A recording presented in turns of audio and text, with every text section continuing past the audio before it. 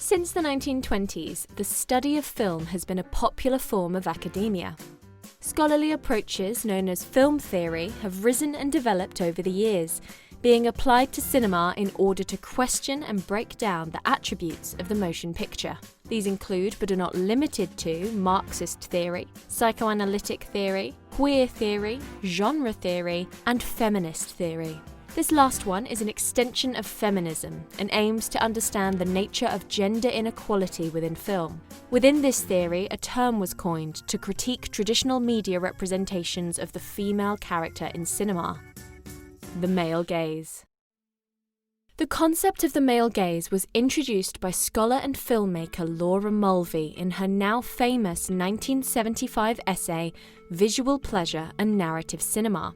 Adopting the language of psychoanalysis, Mulvey argued that traditional Hollywood films respond to a deep-seated drive known as scopophilia, the sexual pleasure involved in looking, and that the majority of popular movies are filmed in a way to satisfy male scopophilia. The female character under the male gaze is not important. She is only there to be looked at. As a 1950s director once put it, "What counts is what the heroine provokes, or rather, what she represents. The love or fear she inspires in the hero, or else the concern he feels for her. In herself, the woman has not the slightest importance."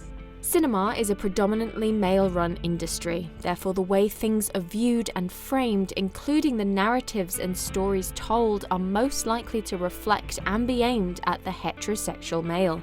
Since Mulvey first coined the term in the 70s, there has been a slow growth in prominent female figures within the industry, and with it less male gaze-induced productions, but we still have a long way to go.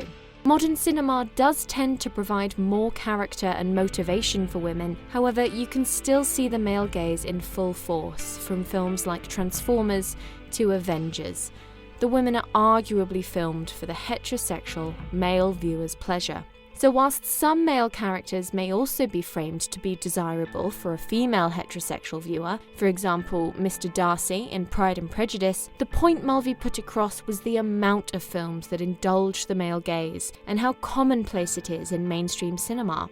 Think back to the last film you watched. How was the woman shot? Did the camera spend a particularly long time on her body or face? Was her driving narrative to assist the primary male hero? If so,